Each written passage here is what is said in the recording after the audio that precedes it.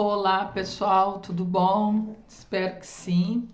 Enfim, nós estamos aqui praticamente para uma das nossas últimas aulas, né? Espero poder concluir a aula que nós iniciamos na semana passada, mas já quero fazer aqui algumas observações quanto às questões das atividades. Então, hoje nós concluímos a nossa última atividade, é a data limite. Então, eu espero que vocês todos possam concluí-la. Havendo dúvida, deixe ali no mural da sala para que eu possa auxiliar vocês na resolução dessa atividade, embora seja muito mais uma atividade de reflexão.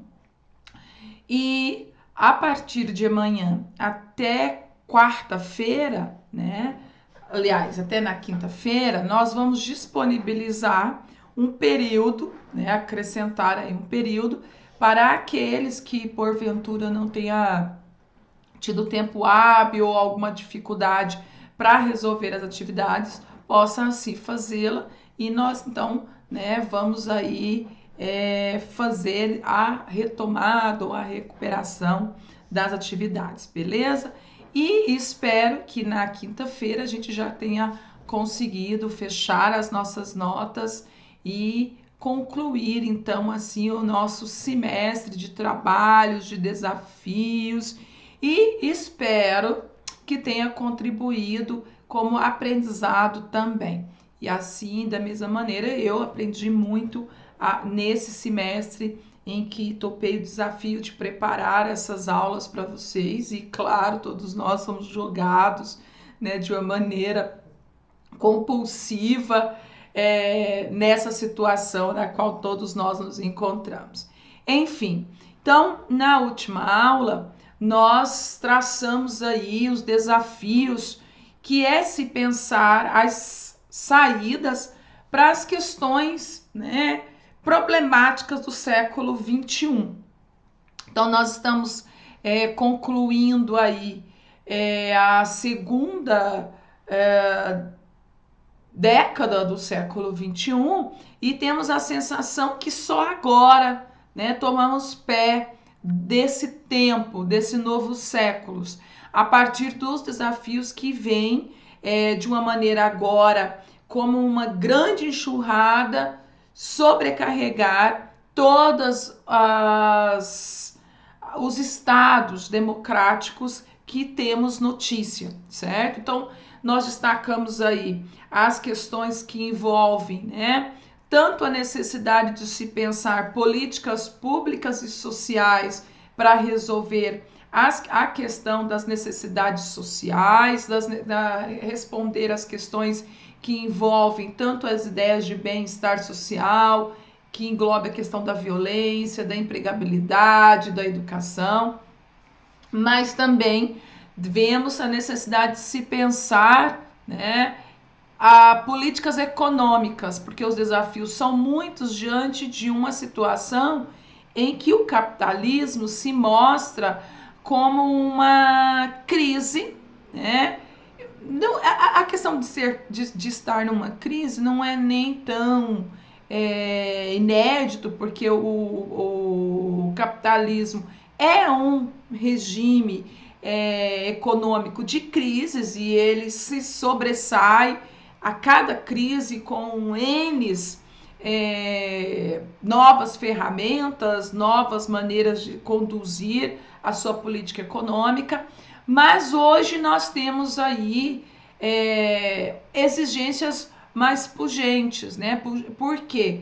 Porque o capitalismo tem agora o desafio de relacionar as suas próprias dificuldades, a sua própria crise, necessidades de uma população que hoje tem muito mais criticidade em relação às consequências promovidas pela então política econômica de vários estados democráticos liberais, certo? Então, atender a necessidade dessa população hoje é muito mais complexo do que de 30, 50 ou lá no início do século, né, quando nós tivemos a grande crise de 29. Porque essa população hoje, ela em número é muito superior. Nós temos hoje, né, a questão da globalização. Nós temos hoje também a formação crítica da grande população, da grande massa, e que sabe que tem plena consciência do seu papel enquanto cidadão, dos seus deveres, mas também dos seus direitos. E essa população, sim, né, tem exigido que os estados conversem, dialoguem para propositivas de resolver as situações sociais, as situações econômicas, sem maiores prejuízos para essa parcela da população que sempre paga o preço mais alto, certo? Então, nós vimos esse cenário, né, que é um cenário de várias frentes, que traz aí essa crise para a democracia liberal, e vimos também os desafios, né? Eu tracei ali com vocês algumas dessas notas desafiadoras, que é a questão do fascismo tecnológico, a questão do colapso econômico, o trabalho como não só produção de mercadoria, mas também uma questão de satisfação psíquica, né? Bem-estar psíquico, saúde mental, tá hoje sendo discutido nos campos, nas áreas do trabalho. A questão do progresso científico junto com o desenvolvimento humano e proteção ambiental. Então, essa semana mesmo a gente pôde perceber, né, a questão da intervenção de grupos de grandes investidores internacionais à política do Brasil em relação à preservação da Amazonas. Então, há aí, né, uma exigência desses investidores. Então, há uma mudança de visão por parte até mesmo dos grupos econômicos na necessidade de desenvolver a economia mais atrelada a um desenvolvimento sustentável, à proteção ambiental, né? Isso é uma exigência internacional. Enfim, como resolver isso? Como conciliar tantas agendas diversas, né? Tantas necessidades? Aí nós temos uma proposta interessante e pertinente do Erich Fromm. Eu comentei com vocês que o Erich Fromm é um filósofo de influência marxista, mas ele faz também uma crítica a algumas abordagens da própria teoria de Marx.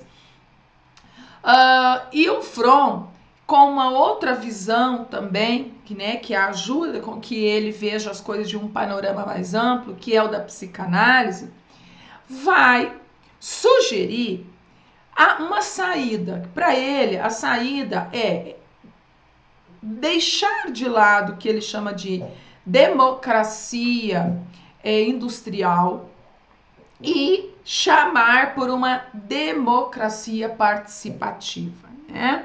O Fromm coloca aqui, como nós podemos observar, aqui, ó, a nova ciência, que é essa, né, essa abordagem, então, política, né, necessária, que ele chama atenção, deverá o quê? Deverá se identificar com o controle, não deve ser da natureza, mas da técnica e forças irracionais.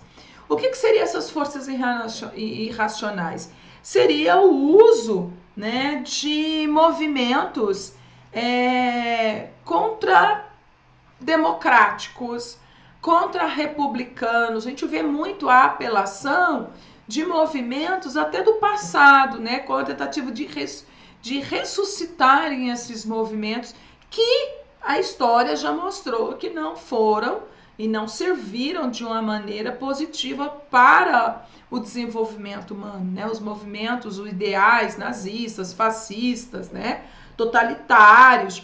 Então, esse tipo de movimento já se mostrou ineficiente. Assim também a abordagem de algumas políticas neoliberais, né? ou de algumas abordagens um tanto quanto torta de um comunismo, já se mostraram aqui incapazes de responder aos desafios, né, dessa sociedade. Então, por que voltar ao passado a partir do momento que a gente sabe que essas sugestões, essas alternativas não deram certo?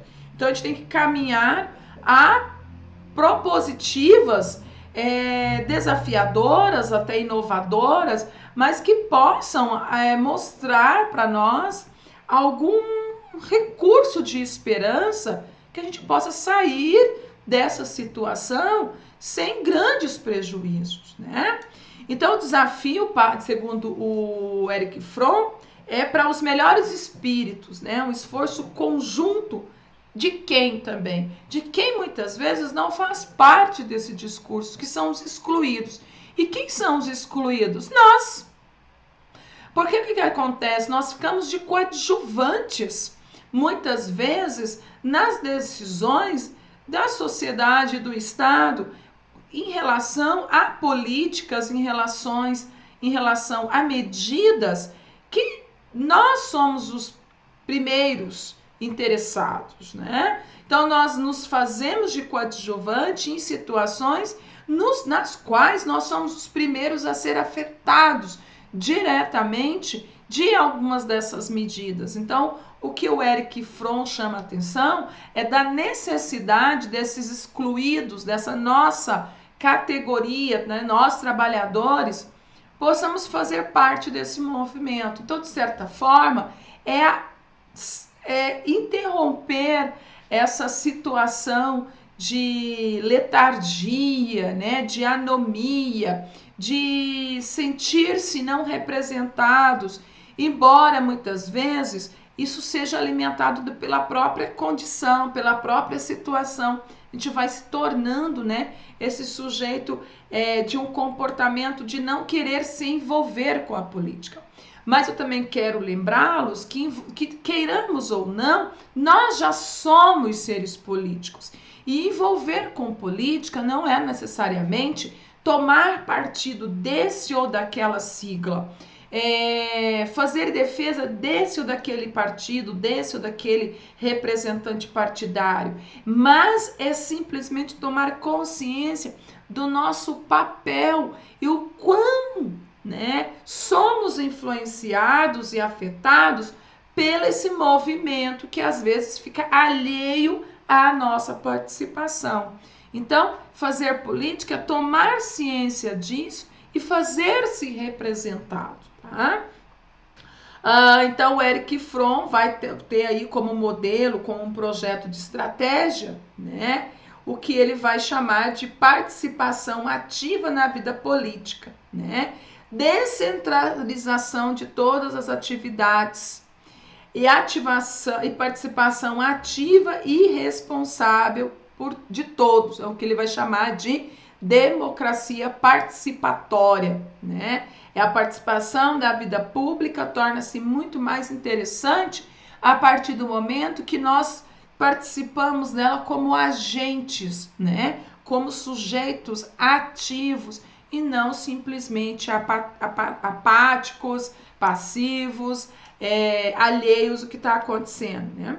Então ele vai colocar como sugestão a democracia participatória em contraponto à burocracia das democracias populares centralizadas, né, diminuindo o caráter demagogo. Qual que é a grande crítica do Fromm nesse aspecto da democracia, até essa democracia que nós vivenciamos hoje, que é a democracia liberal, né? Ela é demasiadamente demagoga. O que significa isso? Há um discurso que muitas vezes agrada, e esse discurso também, né, é válvula para muitos líderes populistas, independente de ideologia, seja de direita ou seja de esquerda. O que é um discurso populista? É aquele discurso que agrada, que é moldado para atender e falar sobre propostas de solução a situações muito complexas, mas e que esses líderes dão soluções muito rápidas, soluções fantásticas, soluções quase que fantasiosas e agrada um contingente muito grande da população. Então, esse líder populista, ele é ora de esquerda, ora ele é de direita. A verdade é que esse discurso não sai da retórica, é uma retórica, certo? É uma ideia que ganha o gosto popular, mas que não muda efetivamente nada na questão prática. É quase que uma prática das necessidades mal alimentadas. Então, a política é esse espaço das necessidades, né? O ambiente político se faz pelas necessidades. Mas nós vemos o quê? Quanto mais próxima da solução das necessidades primárias, nós vamos atingindo graus superiores de necessidades. Então, o que acontece com o discurso populista?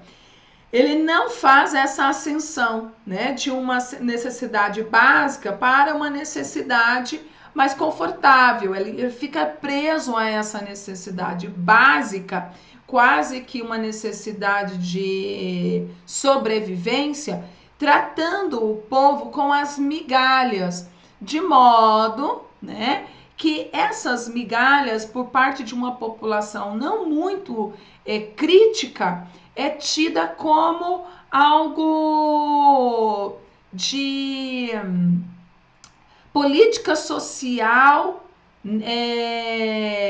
urgente e que agrada aos olhos dessa população. A população não percebe que está quase que sendo domesticada, né, naquela relação de satisfazer os desejos de maneira paulatina e mantê-los sempre para manter o controle. Então, os líderes populistas têm essa, né, têm essa prática, infelizmente. E, a partir daí, então, instaura também uma série de burocracias para dar uma falsa ideia de que está tudo sob controle, né? Que as coisas possuem controle, que o Estado tem controle do que está acontecendo, né? Para o Fromm, isso é resultado de uma democracia industrial, uma sociedade baseada no modo de ser de existência. Todos devem ter ativamente participar em sua função econômica como cidadão. Por conseguinte, na democracia industrial, há uma supervalorização na questão da posse, do ter, dos lucros, que infelizmente aí fica a cargo de uma pequena população, pequeno contingente, e a grande massa não tem atendido às suas necessidades. Quando tem, né, corre-se o risco dessa coisa demagoga de ser atendido em um grau muito superficial, apenas para fazer, né, de contas, e não resolve totalmente as situações da população. Então, de acordo com o Eric Fromm, pensar uma ética, pensar estratégias, né, para que a gente consiga sair desse tempo nosso que parece um tempo do colapso, tudo convergiu para um determinado momento, né? Crise política, crise sanitária, crise tecnológica, exigência demasiada no mercado de trabalho e outras séries de situações, né? Mudança na estrutura da família, da sociedade. E aí nós nos vemos como seres meio perdidos, deslocados, não conseguimos nos encontrar dentro desse mundo. Então, o grande desafio, segundo o Eric Fromm, é sim, a princípio, conseguir conversar com essas diferentes situações, né? Com essas diferentes classes, essas diferentes necessidades, esses grupos tão diversos.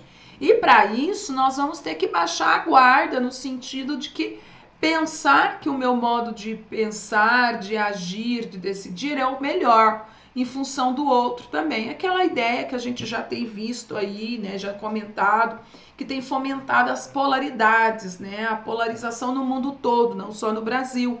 Essa polarização inviabiliza o que é próprio da democracia, que é o consenso, que é buscar as melhores saídas dentro de todas as, né, de todos os diálogos, de todas as conversas, e não essa coisa de sobrepor um ao outro, né? Isso fomenta a polarização e fomenta uma outra situação mais complicada, que são os movimentos fascistas. Eu vou eliminar o outro, fica mais fácil, fica mais cômodo eliminar o outro do que chamá-lo para sentar e resolver assim as nossas diferenças, né, a partir do que a política melhor tem, que é a conversação, a convergência de ideias, né?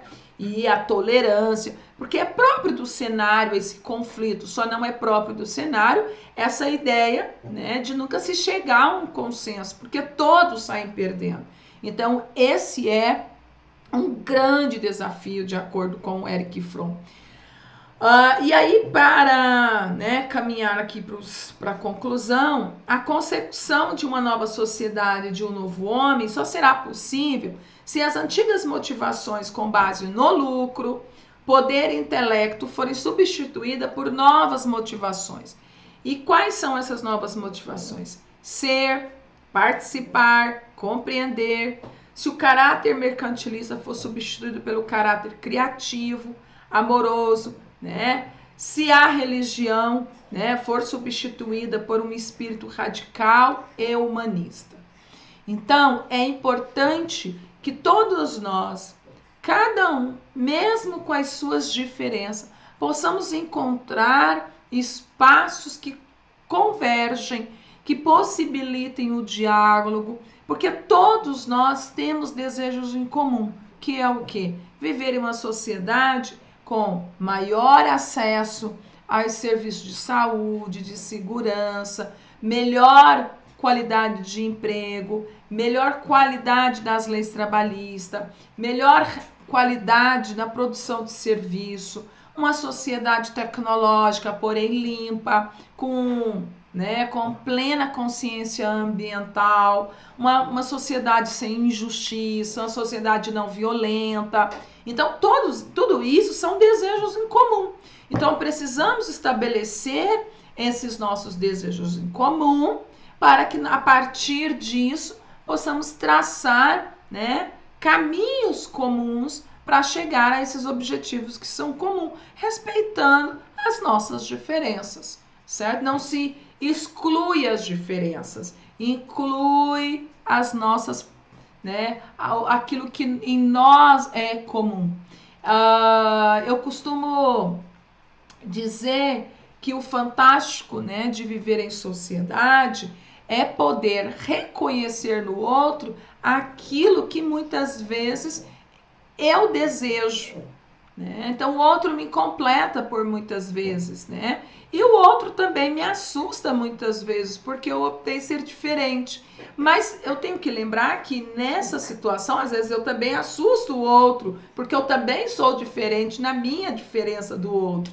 Então, se nós desenvolvermos, né, a empatia, a tolerância, elevarmos o nosso grau de criticidade, fazer, né, as nossas discussões pautadas muito mais pela racionalidade, não que os sentimentos não devam fazer parte, porque eu acho que sim, né, até porque nós percebemos o mundo a partir desse crivo dos sentimentos, mas é importante que esses sentimentos sejam conduzidos também à luz da razão, para que nós possamos, todos nós, promovermos, né, espaços de discussão, de diálogo, para que sejamos capazes de traçar aí objetivos de saída dessa situação na qual todos nós, né, nos metemos, e o que a gente mais deseja é saída.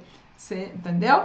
Então, eu espero que a gente tenha tido bons momentos de reflexão, que assim como à medida que eu fui preparando esse material, eu também consegui, né, melhorar a minha visão de mundo, perceber as coisas de uma perspectiva um tanto quanto diferente, inovar a minha visão sobre algumas coisas. Eu espero ter colaborado assim com vocês, certo?